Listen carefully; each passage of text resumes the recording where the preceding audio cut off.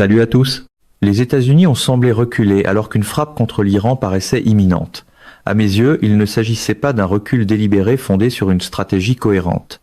Avec Trump, la stratégie ressemble souvent à un communiqué de victoire rédigé avant même que le plan n'existe.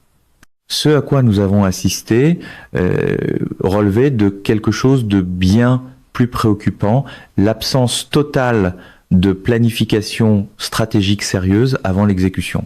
Tout dans la conduite de cette administration semble guidé par l'impulsion du moment. Les décisions se prennent au réveil, sans cadre conceptuel préalable, et l'appareil d'État s'affaire ensuite à tenter de rattraper, de justifier ou de mettre en œuvre ce qui n'a pas vraiment été pensé. Le plus stable dans ce dispositif, c'est souvent la mise en scène qui prétend que tout était calculé depuis le début. Ce n'est pas une opinion partisane, c'est un constat factuel que l'on peut tirer de la séquence des événements. Il y avait eu un déploiement de ressources militaires, une posture agressive clairement affichée, puis soudainement plus rien. Trump a avancé une explication, Netanyahou en a proposé une autre, prétendant avoir lui-même dissuadé les Américains. La réalité me paraît beaucoup plus simple et beaucoup moins glorieuse. Le plan a échoué avant même que la frappe ne soit déclenchée, et les récits justificatifs ont été construits après coup pour masquer cet échec. Dans ce genre de narration, le brouillard n'est pas un accident, c'est presque une méthode de communication. Pour comprendre pourquoi, il faut remonter à ce qui se passait en Iran dans les semaines précédentes. Il y avait des troubles intérieurs, des manifestations, une agitation sociale réelle. L'administration américaine ainsi que ses partenaires israéliens et britanniques avaient vraisemblablement conclu qu'il s'agissait d'une fenêtre d'opportunité exceptionnelle. Un régime fragilisé économiquement, une population en colère, une monnaie iranienne dont la valeur s'était effondrée, et une lutte politique interne entre réformateurs et conservateurs. La combinaison de tous ces facteurs a pu nourrir, dans certains cercles stratégiques, la conviction que le régime iranien était sur le point d'imploser et qu'un coup de pouce extérieur suffirait à le faire basculer. Vu de certains plateaux et de certaines réunions fermées, tout finit toujours par ressembler à une opération facile, surtout quand d'autres sont censés en payer le prix. Je pense que le président Trump a reçu exactement ce briefing. On lui a dit que c'était un moment en or, que moyennant très peu d'efforts, il était possible de renverser le gouvernement iranien. C'était une évaluation profondément erronée, et les événements l'ont démontré. Ce n'est pas la première fois que des services de renseignement occidentaux, surestimant leur capacité à déstabiliser un État à partir de l'extérieur. Et ce ne sera probablement pas la dernière. Le problème, c'est qu'un briefing flatteur tient souvent lieu de stratégie quand il promet une victoire rapide et une conférence de presse triomphale. L'opération s'appuyait sur plusieurs leviers. Des terminaux de communication satellitaires avaient été introduits en Iran en grand nombre pour permettre aux manifestants de contourner les coupures d'Internet imposées par le régime. D'importantes sommes d'argent avaient été injectées pour soutenir les contestataires et amplifier le mouvement.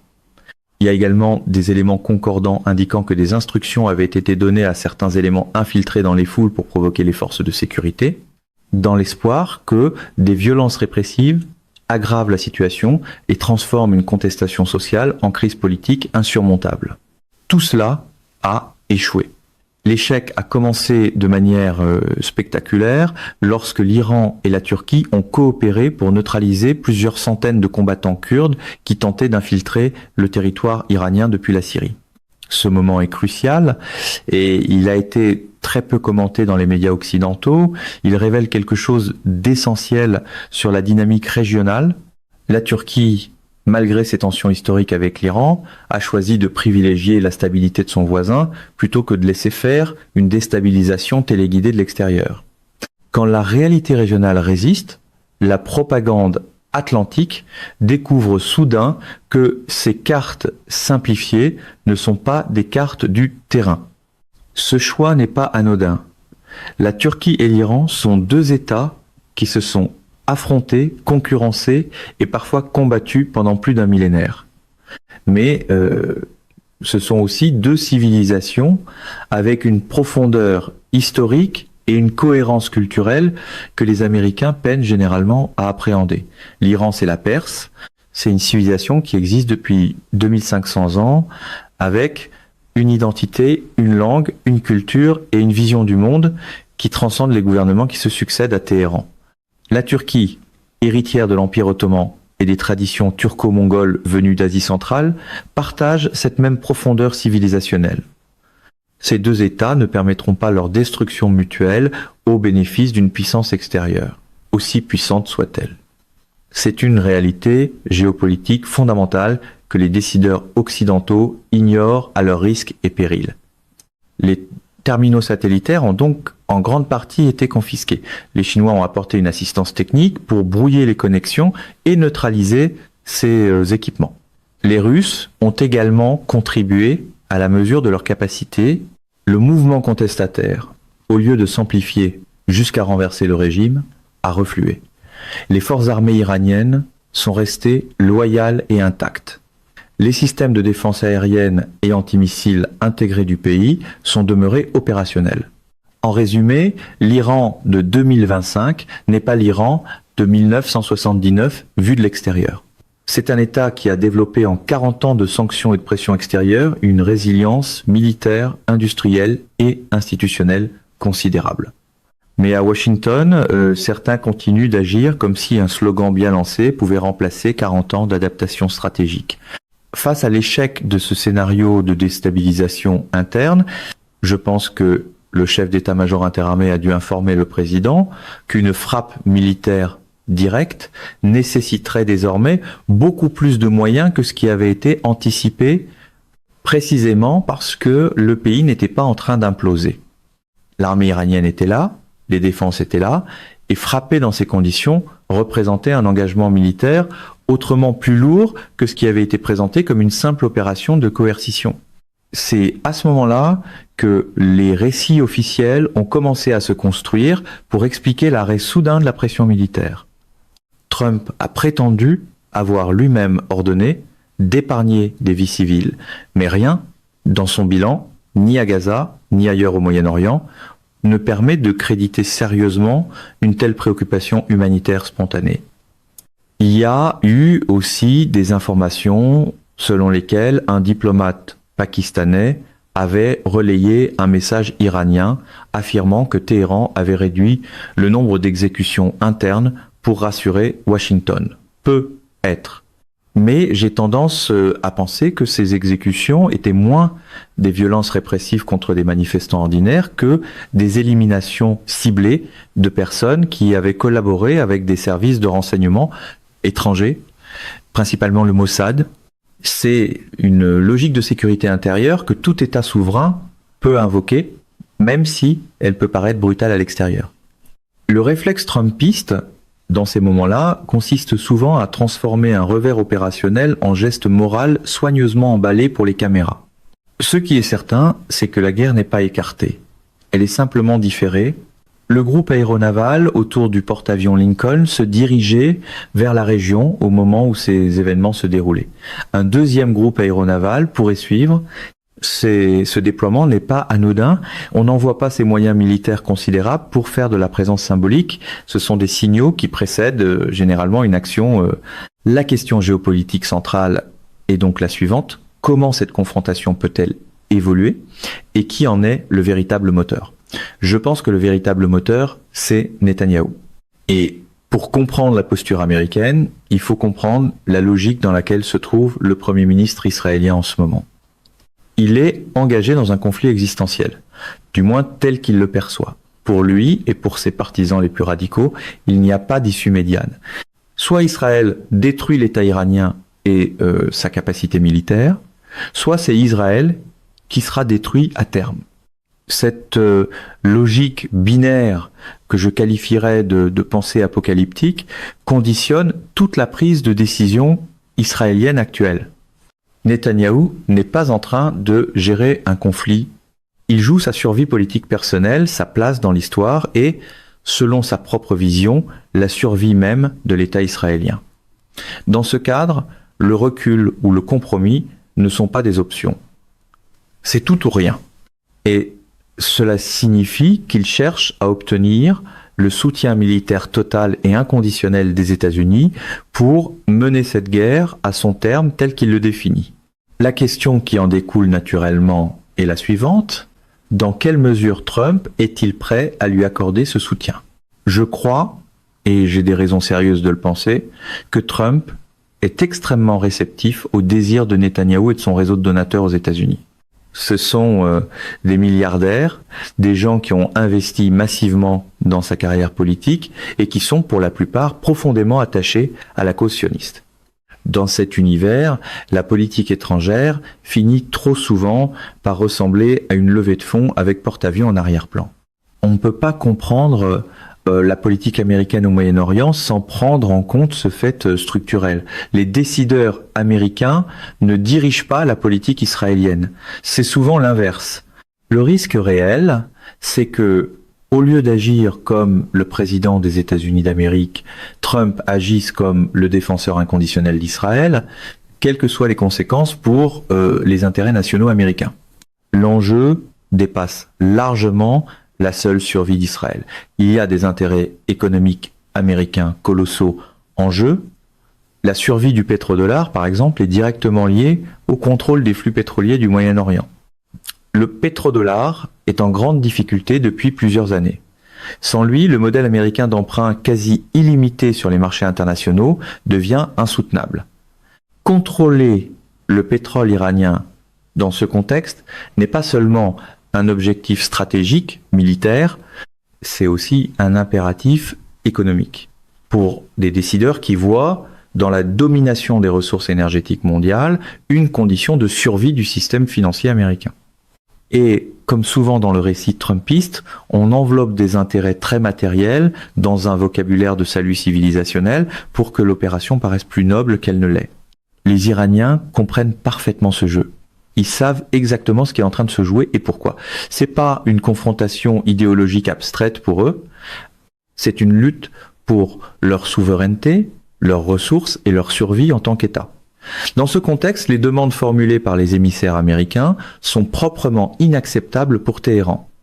Il leur a été demandé d'arrêter l'enrichissement de l'uranium, de réduire massivement leur stock de matières fissiles, de diminuer leur arsenal de missiles et de cesser de soutenir leurs alliés régionaux, autrement dit, tous ceux qu'Israël considère comme des ennemis. En échange, une promesse de lever des sanctions. Mais c'est exactement le type d'exigence auquel aucun État souverain ne peut se soumettre sans renoncer à sa capacité de défense et à sa politique étrangère indépendante. C'est structurellement identique aux demandes formulées à la Russie avant et après le conflit ukrainien. Plus on formule des ultimatums de ce type à des États qui ont la capacité et la volonté de résister, plus on les convainc de renforcer leur capacité militaire et de consolider leurs alliances. C'est le paradoxe fondamental de la politique de pression maximale. Elle produit l'effet inverse de celui qu'elle prétend rechercher. À force d'appeler cela de la fermeté, le camp Trump finit par présenter l'impasse comme une preuve de génie tactique. J'aborde maintenant la dimension nucléaire parce qu'elle est au cœur des scénarios les plus préoccupants. Il y a eu un événement sismique en Israël, bref, et localisé dans une zone géographique qui correspondrait à des installations où Israël stockerait potentiellement des armes nucléaires. Ce qui est troublant, c'est que un exercice de simulation de tremblement de terre aurait été programmé précisément pour cette période.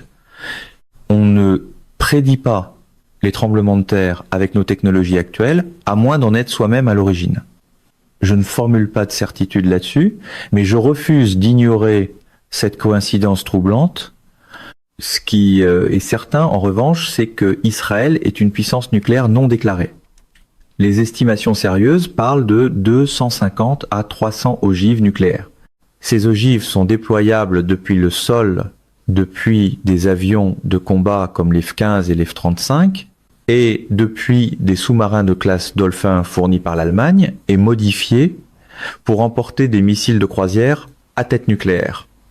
Israël a donc une capacité de frappe nucléaire de second coup, ce qui lui confère une forme de dissuasion robuste. La question que certains se posent tout ouvertement et que je ne peux pas éluder est la suivante. Si la situation devenait catastrophique pour Israël sur le plan militaire conventionnel, est-ce que ces dirigeants envisageraient d'utiliser l'arme nucléaire ?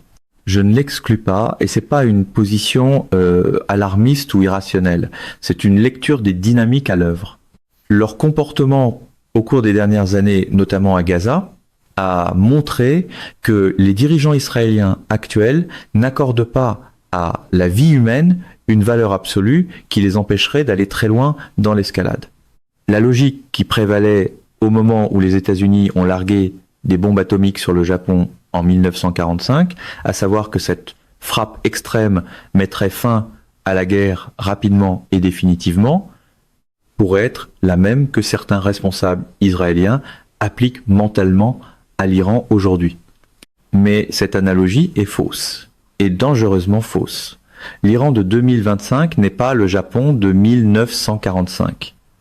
C'est un pays de 90 millions d'habitants, avec une superficie comparable à l'Europe occidentale, avec des alliés puissants et une capacité militaire considérable, y compris des missiles hypersoniques capables de frapper Israël depuis le territoire iranien. Une frappe nucléaire israélienne sur l'Iran ne mettrait pas fin à la guerre. Elle déclencherait très probablement une riposte d'une ampleur dévastatrice avec des missiles hypersoniques en saturation contre le territoire israélien, un pays de la taille d'un petit département français. Plus encore, elle entraînerait une prolifération nucléaire immédiate dans toute la région. La Turquie, par exemple, a obtenu depuis plus de 30 ans la garantie du Pakistan de lui fournir une arme nucléaire si elle en avait besoin.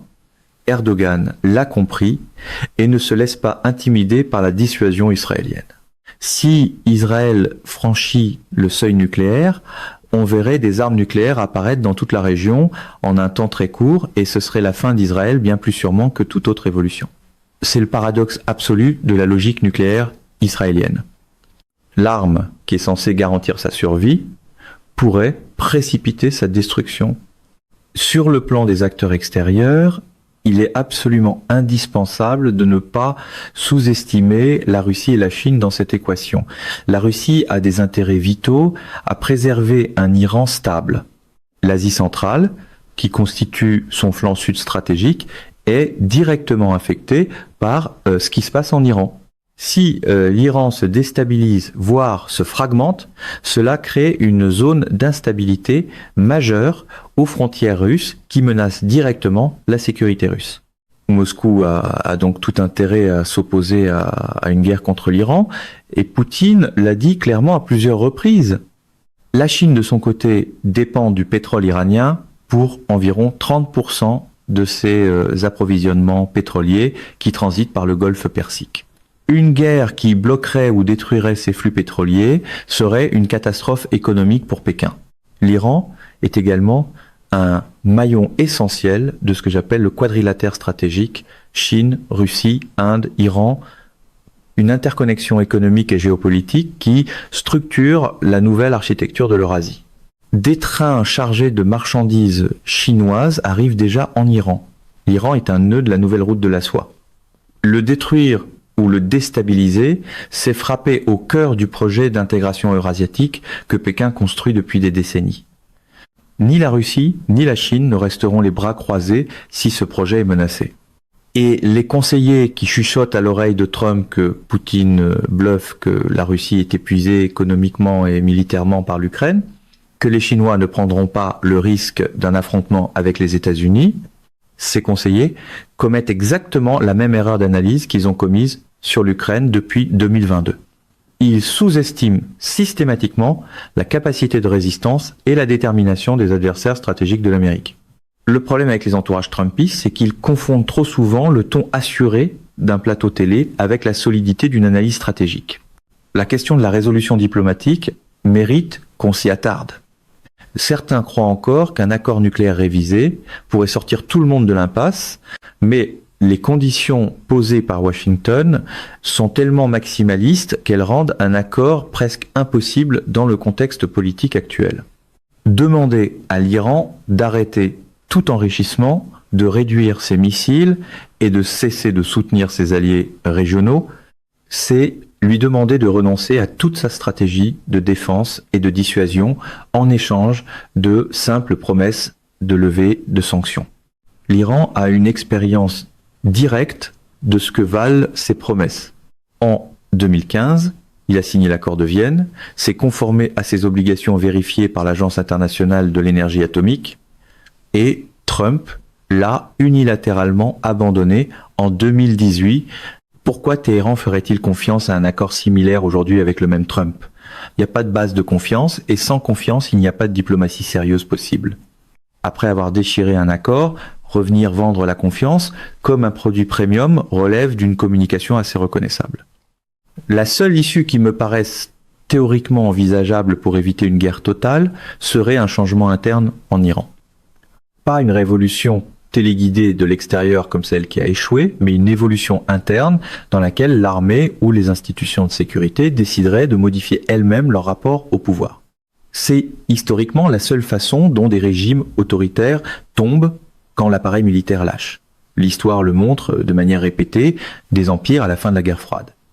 Or, il n'y a aujourd'hui aucun signe que l'armée iranienne soit sur le point de se retourner contre le gouvernement. Tout indique le contraire. Elle est restée loyale, elle est intacte et elle a prouvé sa cohésion dans les moments de pression les plus intenses. Cela m'amène à la question finale, la plus difficile et la plus inconfortable. Comment cette confrontation peut-elle se terminer ? Je ne vois pas de scénario dans lequel les États-Unis envahissent et contrôlent l'Iran. C'est géographiquement et démographiquement absurde.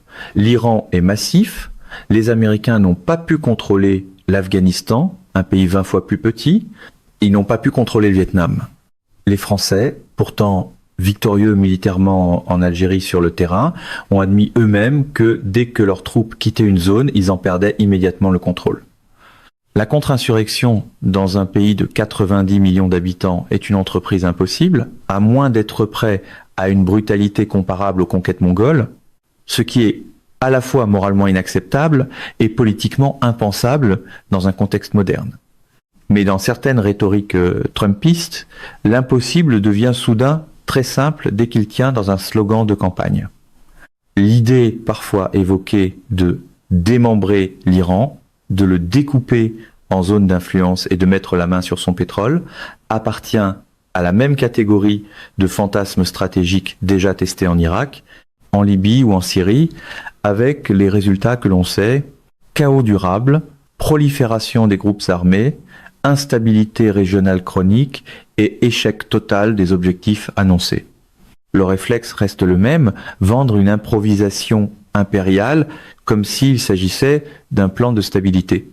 Ce que je vois en réalité, c'est une trajectoire vers un conflit militaire de grande ampleur dont personne ne contrôle vraiment les issues, mené par des acteurs dont les intérêts divergent profondément dans un contexte de fragilité économique américaine qui devrait pourtant imposer une forme de prudence stratégique. Les marchés obligataires américains sont sous tension. Les bulles immobilières, commerciales et résidentielles sont prêtes à éclater selon la quasi-totalité des analystes économiques sérieux.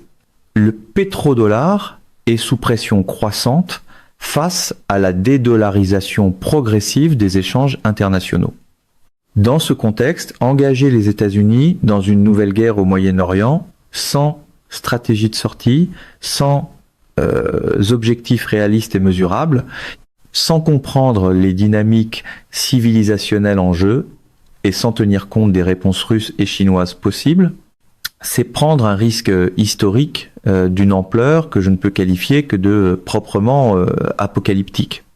Et quand le réel devient trop coûteux, le trumpisme a souvent un dernier refuge: parler plus fort pour éviter de penser plus loin. Ce terme n'est pas une métaphore rhétorique, il est littéral. Nous parlons d'un conflit qui pourrait impliquer des armes nucléaires dans une région densément peuplée et qui pourrait entraîner des puissances nucléaires majeures dans une confrontation directe. Je ne suis pas en train de prédire l'apocalypse. Je dis que les conditions structurelles pour qu'elle advienne sont plus réunies aujourd'hui qu'à aucun autre moment depuis la crise des missiles de Cuba en 1962. Et, à la différence de 1962, où Kennedy et Khrouchtchev ont eu la sagesse et le canal diplomatique pour reculer du bord du précipice, je ne vois pas aujourd'hui les mêmes capacités d'intelligence stratégique et de dialogue sincère entre les parties en présence. Ce dont nous avons besoin, c'est de dirigeants capables de sortir de la logique du tout ou rien, de reconnaître les intérêts légitimes de chaque acteur souverain et de construire une architecture de sécurité régionale qui ne repose pas sur la destruction de l'un par l'autre. Ce dont nous avons besoin, c'est d'une diplomatie réelle, pas d'ultimatum habillé en négociation, pas de changement de régime télécommandé qui échoue et aggrave la situation. Pas de va-t-en-guerre dont les enfants ne serviront jamais dans les armées qu'ils envoient au combat. Ce dont nous avons besoin, c'est d'une lecture honnête et courageuse de la réalité géopolitique mondiale telle qu'elle est, et non telle que certains voudraient qu'elle soit. Chaque fois que j'analyse ce monde de plus en plus complexe et de plus en plus dangereux, c'est cette lecture que j'essaie de tenir. Mesdames et messieurs, notre émission d'aujourd'hui s'arrête ici. Nous vous invitons à partager votre avis personnel dans la section des commentaires ci-dessous. Pouvoir, vérité vous salue et vous donne rendez-vous très bientôt.